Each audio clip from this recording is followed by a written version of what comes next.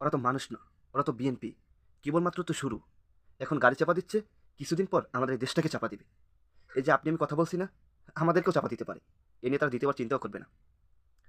এই যে রাজবাড়িতে যুবদল নেতা সুজন, সে কি করলো? একজন তেল পাম্পের কর্মচারীকে ৫,০০০ টাকার জন্য গাড়ির নিচে চাপা দিয়ে দিল। জায়গায় রিপন সাহা মারা গেল। কি হবে আর? ওই পরিবারটার কি হবে? তার ছেলে মেয়ের কি হবে? তার বাবা মায়ের কি হবে? বলেন, উত্তর দেন। এই দেশে যদি সঠিক বিচার হইতো, এরকম সুজনরা কি তার গাড়ির নিচে চাপা দেওয়ার সময় পাইতো? হ্যাঁ, তার সাহস পাইতো? আমাদের দেশে তো বিচার হয় না ভাই। আমাদের দেশে সাধারণ মানুষের জন্য একরকমের বিচার, আর রাজনীতিবিদ টাকাওয়ালা মানুষের জন্য আর একরকম বিচার। টাকার কাছে আমাদের দেশের বিচার ব্যবস্থা সবই নত হয়। বুঝতে পারছেন? এরও বিচার হবে না। এই যে আপনি আমি, আমরাও ২ দিন মাত্র ফেসবুকে হাউমাউ কইরা আমরাও চুপ হয়ে যাব।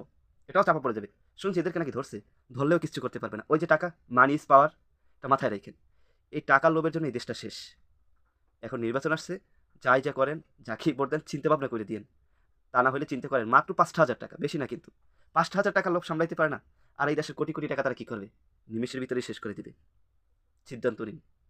আমরা মানুষ, আল্লাহ আমাদের বিবেক বুদ্ধি দিয়েছে। সিদ্ধান্ত নিন। আমি গভীরভাবে দুঃখ প্রকাশ করছি। আল্লাহ রিপন সাহার সকল ভুল ত্রুটি ক্ষমা করে দিক, তাকে জান্নাত নসিব করুক, আর তার ফ্যামিলিকে ধৈর্য ধারণ করার তৌফিক দান করুন।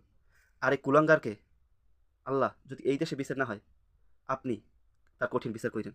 আপনি তার কঠিন বিচার করেন।